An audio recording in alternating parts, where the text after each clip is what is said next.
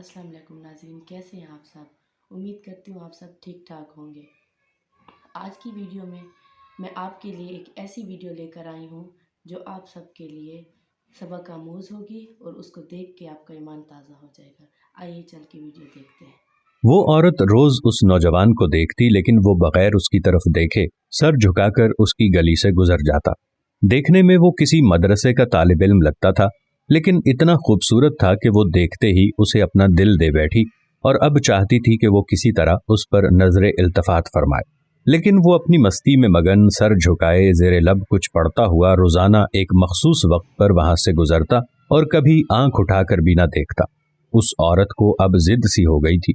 वो हैरान थी कि कोई ऐसा नौजवान भी हो सकता है जो उसकी तरफ ना देखे, और उसे ऐसा सोचने का हक भी था।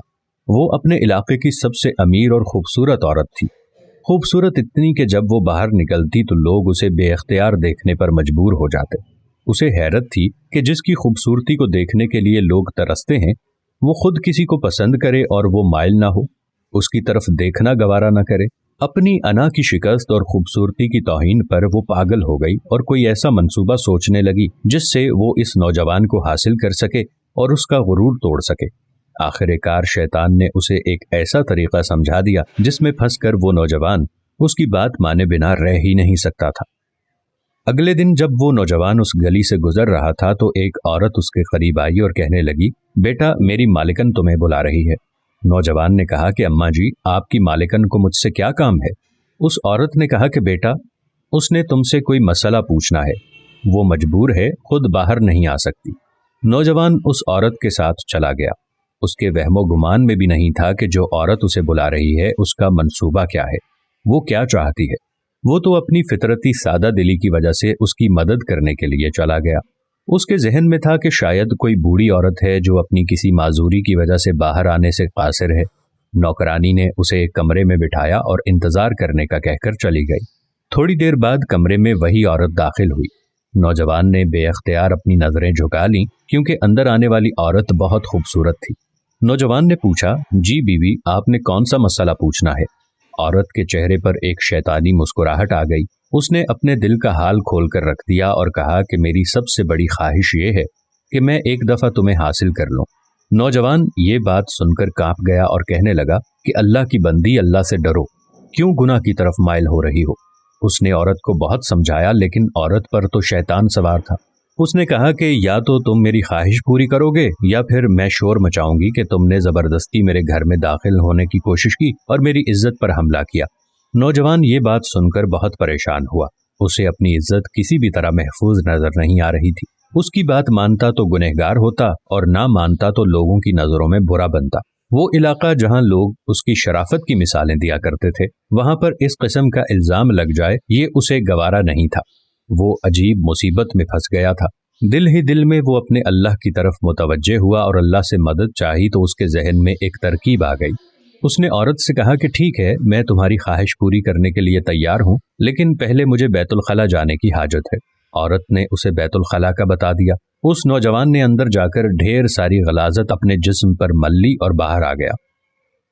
औरत उसे देखते ही चिल्ला उठी कि ये तुमने क्या किया जालिम, मुझ जैसी नफीस तबीयत वाली के सामने इतनी गंदी हालत में आ गए। दफा हो जाओ, निकल जाओ मेरे घर से। नौजवान फौरन उसके घर से निकल गया और करीब ही एक नहर पर अपने आप को और अपने कपड़ों को अच्छी तरह पाक किया और अल्लाह का शुक्र अदा करता हुआ वापस मदरसे चला गया। नमाज के बाद जब वो सबक में बैठा तो थोड़ी देर बाद उस्ताद ने कहा कि आज तो बहुत प्यारी खुशबू आ रही है, किस तालिब इल्म ने खुशबू लगाई है। वो नौजवान समझ गया कि उसके जिस्म से अभी बदबू नहीं गई और उस्ताद जी तंज कर रहे हैं। वो अपने आप में सिमट गया और उसकी आंखों में आंसू आ गए। थोड़ी देर बाद उस्ताद जी ने फिर पूछा कि ये खुशबू किसने लगाई है, लेकिन वो खामोश रहा। आखिर उस्ताद ने सबको एक एक करके बुलाया और खुशबू सूंघने लगा। उस नौजवान की बारी आई तो वो भी सर झुकाकर उस्ताद के सामने खड़ा हो गया। उस्ताद ने उसके कपड़ों को सूंघा तो वो खुशबू उसके कपड़ों से आ रही थी।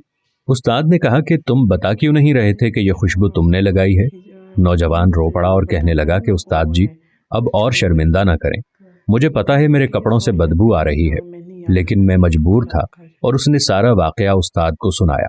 उस्ताद ने कहा कि मैं तुम्हारा मजाक नहीं उड़ा रहा था, खुदा की कसम तुम्हारे कपड़ों से वाकई ऐसी खुशबू आ रही है जो मैंने आज से पहले कभी नहीं सूंघी।